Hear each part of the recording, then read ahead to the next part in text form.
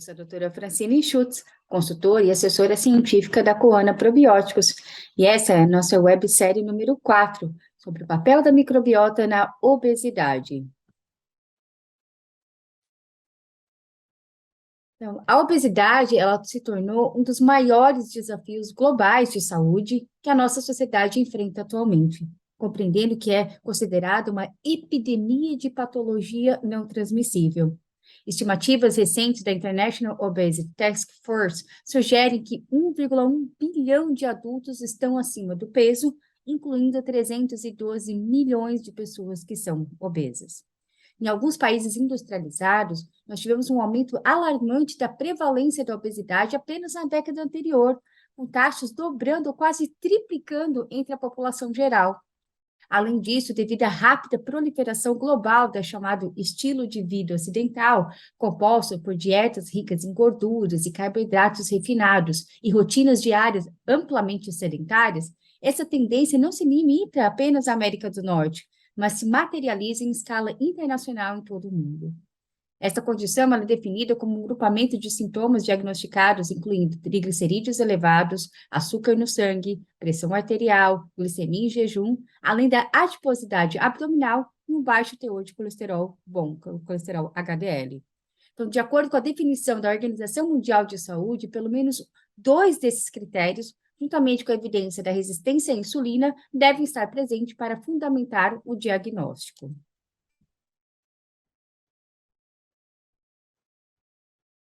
Então, entre esses fatores, o microbioma intestinal humano, ele assumiu recentemente o centro do palco, reforçando por pesquisas modernas que demonstram seu papel central na modulação da saúde humana.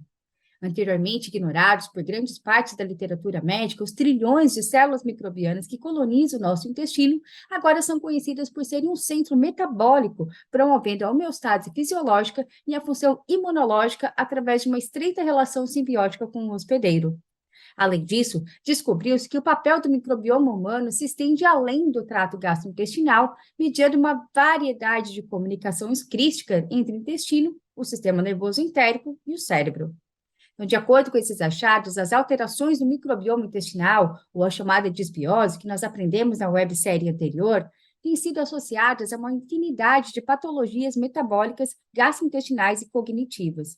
Então, a capacidade do microbioma intestinal de se interligar à genética, o ambiente e o sistema imunológico e o cérebro implicam que isso pode explicar várias variáveis anteriormente subjacentes não descritas ao desenvolvimento da obesidade e suas complicações metabólicas.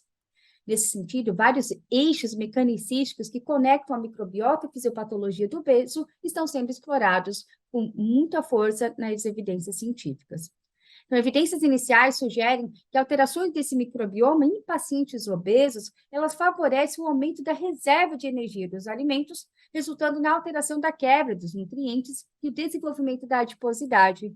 Isso é consistente com o papel do microbioma na regulação do metabolismo da gordura, no qual a fermentação bacteriana de carboidratos não digeríveis pode levar à produção excessiva de substâncias que são precursores lipogênicos. E, além disso, essa alteração da composição da microbiota, essa disbiose, ela contribui para o início de inúmeras vias pró-inflamatórias que são uma marca registrada do fenótipos obesos. Estes incluem o aumento da absorção dos lipopolissacarídeos bacterianos, o LPS, que é expresso na superfície de bactérias gram-negativas, bem como a modulação da permeabilidade da barreira intestinal, levando à translocação de endotoxinas bacterianas da circulação sanguínea. E, finalmente, a atividade da sinalização dos ácidos graxos de cadeia curta bacterianos modula o meio hormonal do trato gastrointestinal e das vísceras, tornando o microbioma um mediador-chave das comunicações intestino-cérebro, envolvendo a saciedade e o estado de energia do hospedeiro. À luz dessas e outras funções, a modulação do microbioma intestinal por meio da intervenção dietética tem sido proposta como um tratamento potencial para a obesidade. Semelhante à forma como o desenvolvimento da obesidade envolve a interação de vários fatores genéticos, sociais, ambientais, a composição do microbioma de um indivíduo é parcialmente estabelecida no início da vida, mas altamente dinâmica e susceptível a mudanças. De fato, há evidências consideráveis sugerindo que fatores dietéticos são um determinante-chave da diversidade e estrutura do microbioma do hospedeiro, além de características inatas, como o sexo e antecedentes genéticos. Os dados sugerem que até 57% da composição microbiana intestinal é explicada apenas pela dieta, em comparação com os meros 12% explicados pela variação genética. Então, apesar de complexos parâmetros genéticos, sociais e ambientais que contribuem para o desenvolvimento da etiologia central da obesidade, depende de um balanço energético positivo crônico. Mas, precisamente, a desregulação da partição de nutrientes de um excesso de energia perpétuo leva ao armazenamento de gordura e o ganho de peso, com uma infinidade de distúrbios associados às funções dos órgãos e tecidos.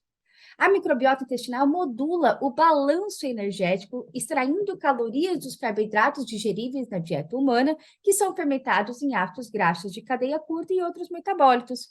Esses subprodutos do metabolismo microbiano, eles podem servir como uma forma de combustível biodisponível para processos celulares em vários tecidos e órgãos. Os colonócitos obtêm de 60% a 70% da sua energia celular da oxidação dos ácidos graxos de cadeia curta, e a fração de substrato não consumido pelo epitélio do colo é transportada para a circulação sistêmica, de modo que possa ser mobilizada para os tecidos periféricos. Então, qual que é o papel dos probióticos no controle da obesidade? Esse estudo muito interessante mostra o papel dos mecanismos anti-obesidade dos probióticos. Então, esses compostos, essa alteração da composição da microbiota, com o aumento dos firmicúrios e redução dos bacteroidetes, nós temos essa translocação do LPS do intestino para o tecido adiposo, aumentando significativamente a inflamação do tecido adiposo e, consequentemente, a adiposidade. Determinadas linhagens de probióticos conseguem controlar o eixo intestino e tecido adiposo, reduzindo essa inflamação nos adipócitos. Outro eixo muito importante na obesidade é o eixo intestino-fígado, em que essa translocação de fragmentos de bactérias e toxinas bacterianas através da veia porta atinge fortemente o fígado, atingindo várias vias metabólicas de inflamação, aumentando a inflamação de forma significativa. Isso aumenta a resistência à insulina e aumenta significativamente o risco de esteatose hepática não alcoólica associada à obesidade. Também, vários estudos demonstram que determinados probióticos, ao reforçar a função barreira do intestino e seus efeitos imunomodulatórios e anti-inflamatórios, conseguem reduzir a inflamação hepática e reduzir significativamente a esteatose hepática não alcoólica. Outro eixo muito importante na obesidade é o eixo intestino-cérebro.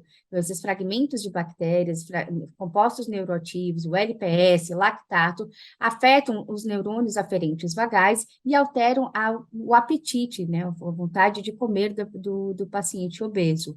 E, além disso, esses fragmentos de bactérias estão correlacionados à neuroinflamação. Então, determinados probióticos, através dessa modulação neuromodulação, conseguem regular a produção de peptídeos e hormônios intestinais e também controlar o apetite. Esses são os mecanismos de ação anti-obesidade dos probióticos. Na nossa websérie 5, nós vamos falar da eficácia clínica dos probióticos na obesidade. Convido você para assistir as evidências clínicas das linhagens que são comercializadas pela Coana no tratamento da obesidade e síndrome metabólica. Eu vejo vocês no próximo vídeo. Eu sou a doutora Francine Schutz e essa foi a nossa websérie número 4 sobre o papel da microbiota na obesidade. Obrigada, até logo!